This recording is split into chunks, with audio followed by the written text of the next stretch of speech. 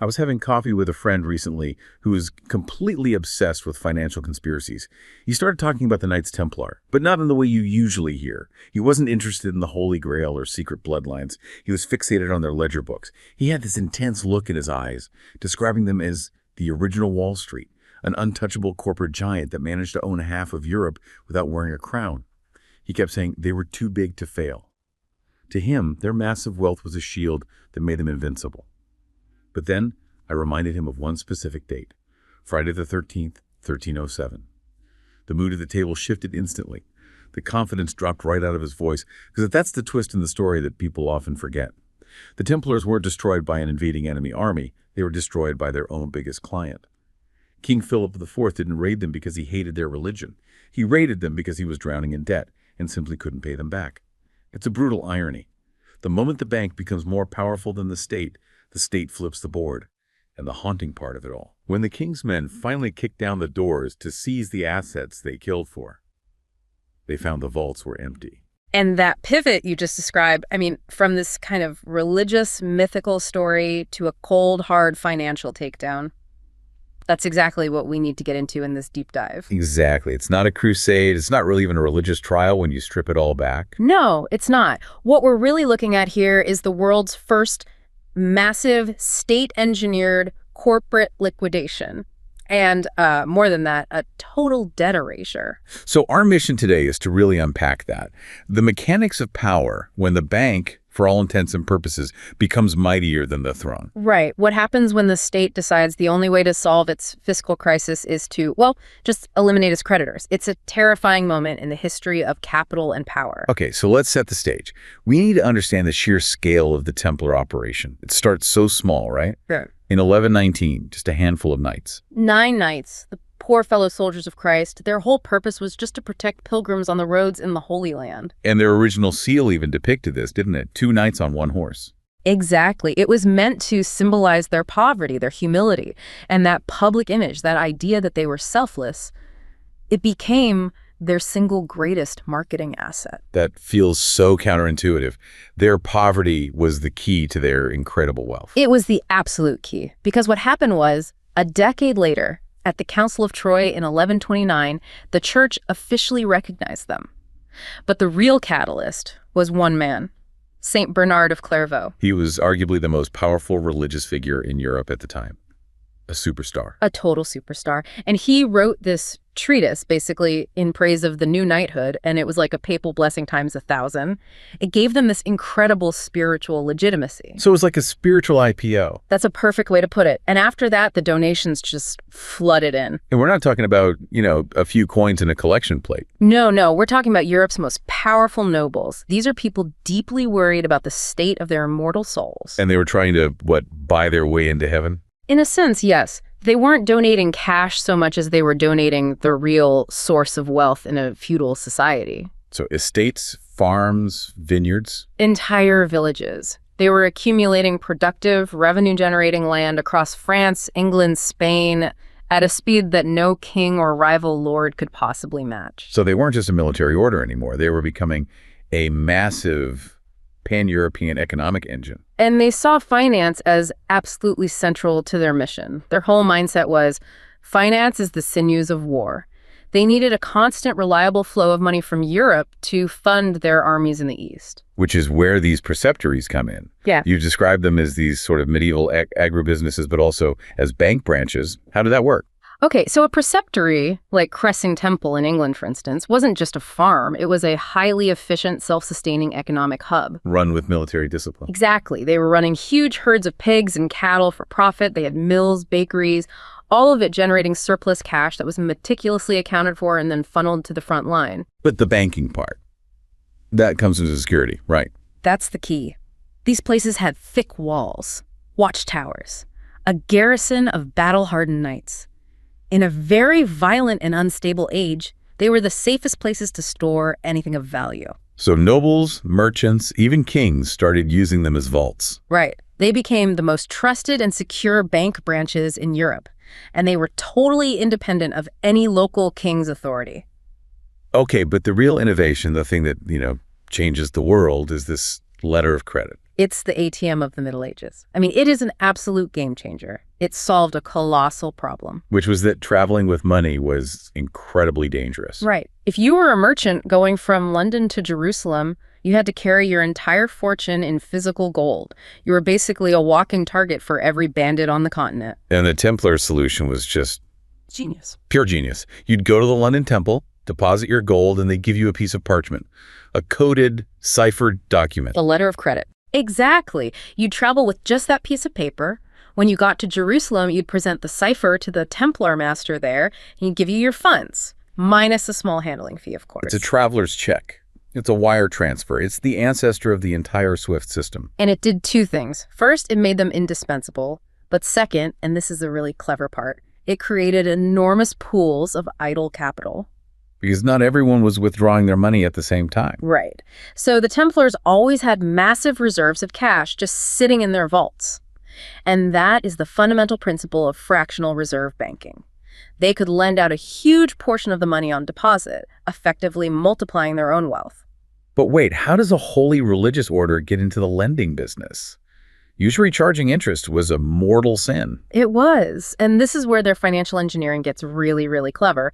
They were masters of the loophole. So they didn't call it interest. Never. They had other ways. They would levy management charges or handling fees, or my personal favorite, they'd play with the exchange rates. How would that work? Okay, so say a French noble needs 1,000 silver livres. The Templars would lend it to him, but the repayment contract would stipulate that he had to pay them back in, say, 1,100 German mark. And they would control the exchange rate. They'd set an exchange rate in the contract that guaranteed them a hefty profit. It was interest, just wrapped in a currency transaction. They were untouchable. And that untouchable status was then codified by the Pope himself. Let's talk about this 1139 papal bull, Omnidatum Optimum. This sounds like the document that made them a sovereign power. It's the ultimate corporate charter, and it is the direct cause of the conflict with King Philip later on. It gave them 3 incredible powers. Okay, what were they? 1, total exemption from all local taxes and customs duties. They could move money and goods across France without paying the king a single coin. Wow. 2, they could build their own chapels and cemeteries, completely bypassing the local bishops. And 3, the most important one, they answered only to the Pope. So inside France, they were a separate entity. They could ignore the king's laws, his taxes. They were a state within a state. Imagine a multinational corporation today that pays 0 tax, has its own private army, and is completely immune to the laws of the country where it's headquartered. That's a recipe for conflict. It was an open wound for an ambitious, centralizing monarch like Philip IV. So by 1300, you have this behemoth. They control something like 9,000 manors. They're the bankers for the kings of England, the treasurers for the Pope. They're Goldman Sachs, BlackRock, and the IMF all rolled into one. And that's when their greatest vulnerability emerges. Because by 1302, the last Crusader stronghold in the Holy Land has fallen. Their original mission, their raison d'etre, is gone. So now they're just this ridiculously wealthy, powerful, untaxed international bank with its own army sitting right in the heart of Europe. And that was something King Philip simply could not tolerate. Right. This brings us to the other side of the collision, King Philip IV of France, Philip the Fair, a man whose ambition was matched only by how broke he was. They called him the Iron King, but he had an empty wallet. His entire reign was about one thing: centralizing power in the French monarchy. And that meant crushing the feudal lords, fighting the English, controlling the Pope, and all of that was incredibly expensive. So his treasury was just chronically empty. Constantly. And he had already tried some pretty desperate and ruthless things to raise cash long before he went after the Templars. This wasn't his first asset seizure then? Oh, not by a long shot. He had a playbook. First, he tried debasing the currency. He just reduced the amount of silver in the coins. Which causes massive inflation. Massive. It led to riots in Paris. People were furious. And here's the ultimate irony. The one you mentioned. He had to go hide from the mobs. Inside the Paris temple, he had to seek refuge in the vault of the very bank he owed a fortune to. That moment must have been clarifying for him. He saw both their power and their threat up close. So when that didn't work, he moved on to just outright theft. State-sanctioned theft, yes. Okay. He set a terrifying pattern. He systematically expelled the Jews from France and seized all their assets. And when that money ran out. He did the same thing to the Lombard bankers, the wealthy Italian families who were also major lenders. He kicked them out and took their money too. The message was clear. If you have capital in France and you are not the crown, your assets are on loan from the king. So by 1307, the Templars are the last big bank standing, and Philip is their biggest, most over-leveraged client. That's the heart of it. He was droning. We're talking hundreds of thousands of livres. Debts for his sister's dowry, massive loans to pay for his wars in Flanders. He couldn't even pay the interest, let alone the principal. So the Templars were both his lifeline and a mortal threat if they called in the debt. It would bankrupt the kingdom. It would shatter his authority. The bank had become more powerful than the state, and Philip knew it. For him, the only way to solve the problem was to eliminate the bank. But he couldn't just march in with soldiers and say, "Give me your money, that's just robbery." He'd have the Pope and every other king in Europe down on his neck. He needed a pretext, a legal and, more importantly, a moral justification. He needed a conspiracy theory, something so vile, so shocking, it would completely destroy their reputation and allow him to bypass their immunity. And this is where his chief lawyer, Guillaume de Nogaret, comes in. You call him a medieval spin doctor. He was a propagandist of pure genius. Nogaret understood that the Templars' single weak point was the charge of heresy. Because heresy was the one crime that trumped everything else. It was the one charge that allowed the crown to step in, overriding the Pope's protection. So he couldn't just accuse them of, predatory lending. He had to accuse them of being enemies of God. And the specific accusations were designed for maximum shock value. Absolutely. They were crafted to horrify the medieval mind, denying Christ during their secret initiations, spitting on the cross, worshipping a demonic idol, and, of course, ritual sodomy. Nogaret knew exactly which buttons to press. Let's talk about that idol Baphomet. That's the detail that really sticks in the popular imagination. Right. What was it supposed to be? The descriptions were wild, and I think deliberately so. Some confessed, under torture of course, that it was a severed, bearded head. Others said it was a four-legged creature or a figure covered in gold leaf. The specifics didn't really matter. Not at all. Its function was just to be a symbol of organized devil worship. It was the proof that their public piety was a complete sham. There's that example of the merchant Pierre.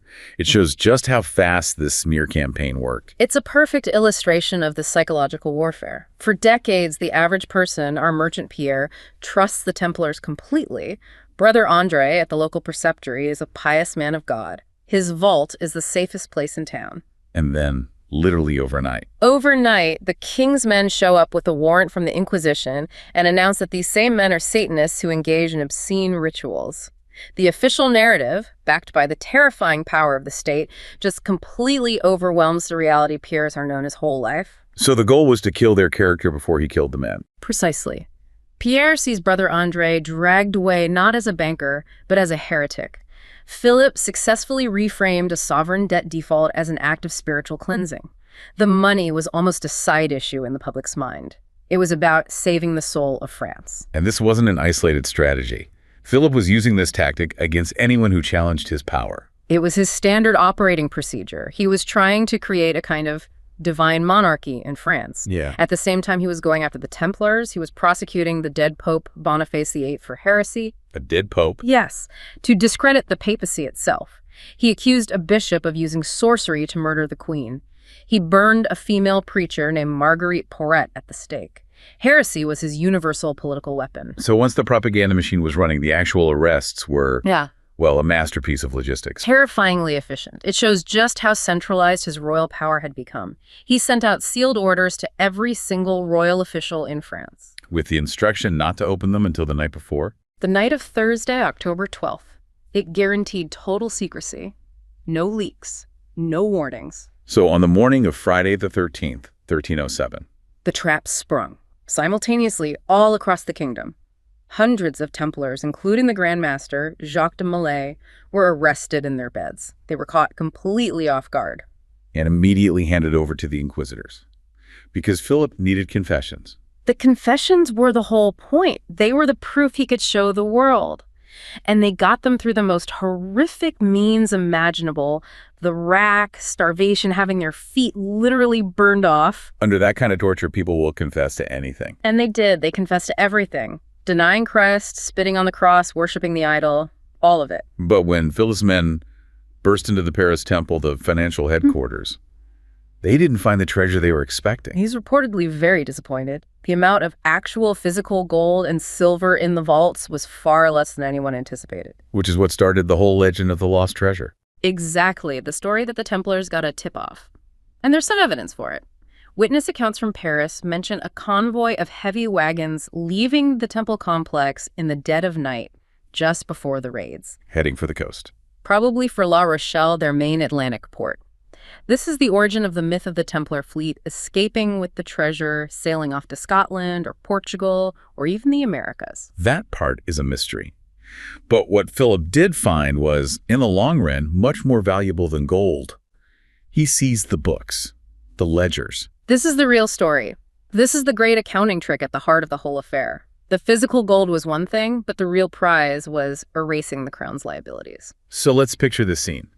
The royal clerks move into the temple after the arrests. What happens? So you have these accountants, these auditors for the king, going through the records. They see all the assets, sure, but then they get to the debt ledgers, and the king makes this big public show of transferring the Templar lands to the other military order, the Hospitallers. That's for the Pope's benefit. A PR move. Purely.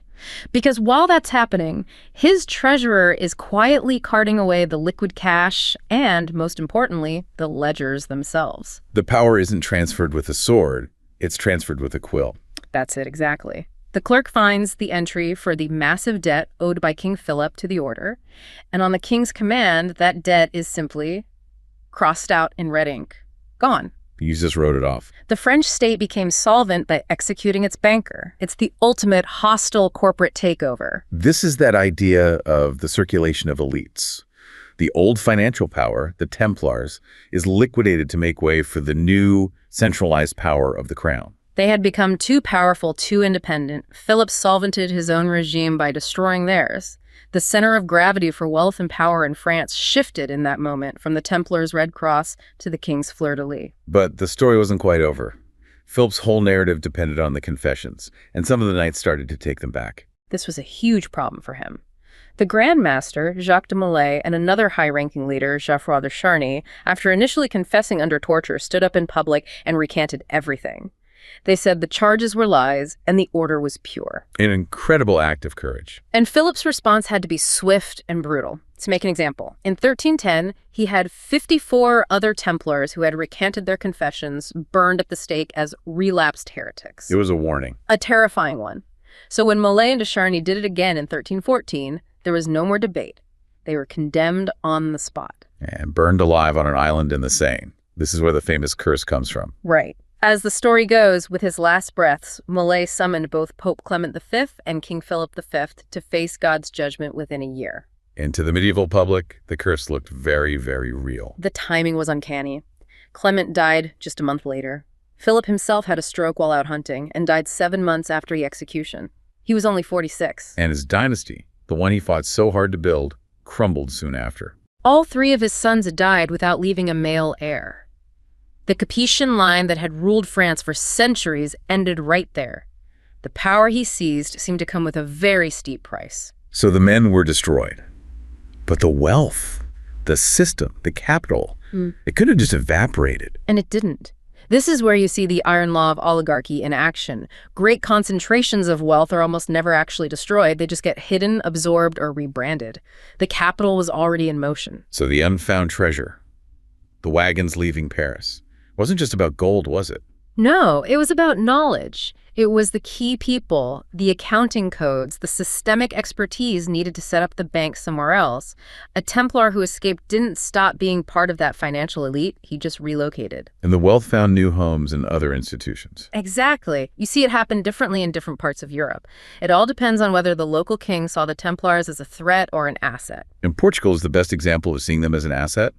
The absolute best example. King Dines of Portugal knew how valuable the Templars were, both militarily for the Reconquista and financially. He wasn't about to destroy that. Well, what did he do? He negotiated with the Pope and pulled off a brilliant legal move.